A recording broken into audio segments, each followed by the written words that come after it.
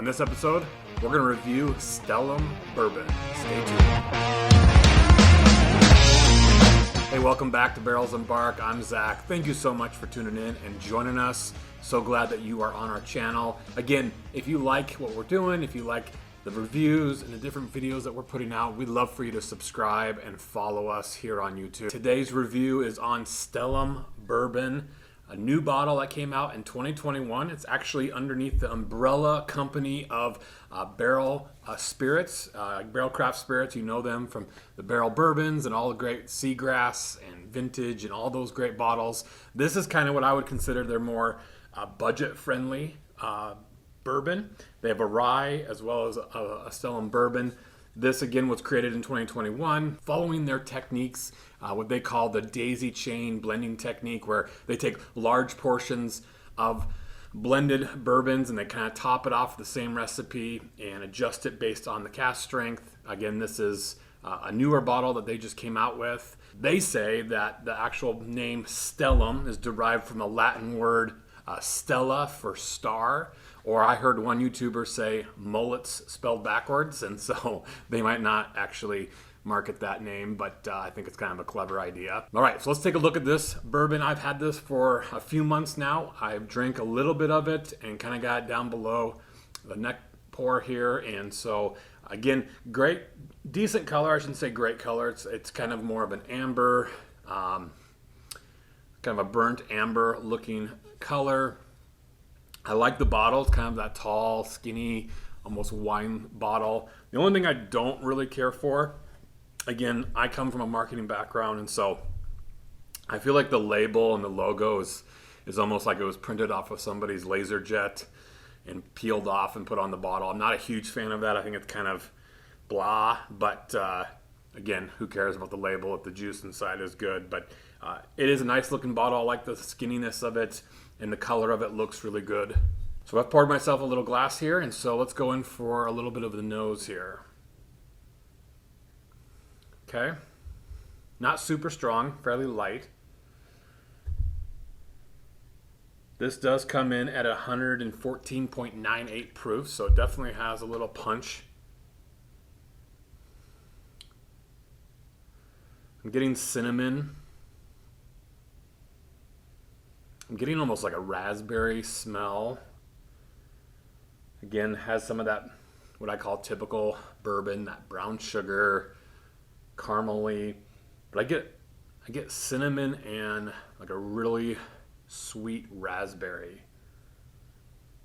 note here. Let's go in for a little sip.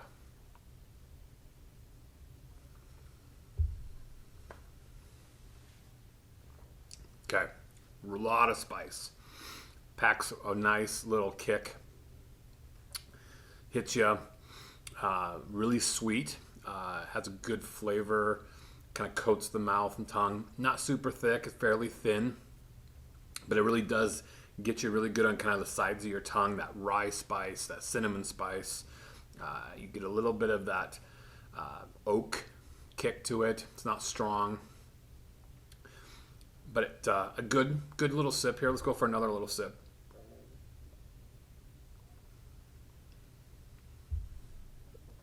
Okay, get a little of that peppery, rye, oak, real tingly, spicy, a little bit of sweetness. Not a huge fan of the finish. The finish has this kind of bitter sharpness to it. And it kind of lingers in the back of your throat, kind of almost like that char tannin kind of flavor on the back end, and then it starts to sweeten out a little bit and balance out, but it's super sweet up front with a lot of spice, a lot of burn, that pepper, rye, oak, sweet, and then it rolls into that really kind of bitter back into your tongue type. We'll go in for another little sip.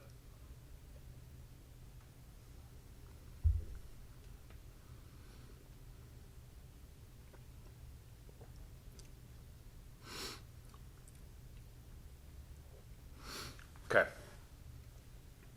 Again, the front end of this and the mid palate are all pretty decent. I love the initial sweetness and then rolling really into that kind of spicy rye, black pepper, oak kind of tingle. but I'm not a fan of the finish. The finish has just this real bitter aftertaste. It just kind of lingers in the back end. All in all, it's okay. It has, I definitely think for the price tag, I think this was like $64 here in my area. So compared to the other barrel, this is definitely cheaper than their other line. Typically those go for the Seagrass, and the batch 32 and batch 33 usually go for that $100 mark. So this is definitely a lot cheaper. It definitely has a lot of the similar characteristics to it. However, overall, I feel like the flavor is okay. It's a decent bourbon, it has decent spice, it has a decent nose. The finish for me, I just don't know if I'm a huge fan of the finish. And again, for that $65 mark, there are bourbons like the 1910 Old Forester, even getting into Four Roses small batch. I just think that those, even Old Elk, I think just have a better flavor profile, better balance all the way through. But I would give this probably a solid B- bourbon. I think it's decent. I think for $65, it's okay. Definitely one that I think doesn't stand out too much out of the crowd, but is a good, decent bourbon. So there you go. There's my review of the Stellum bourbon. Again, get out, find one, try it out for yourself, and see what you think. Thanks again for following. Hope to see you soon.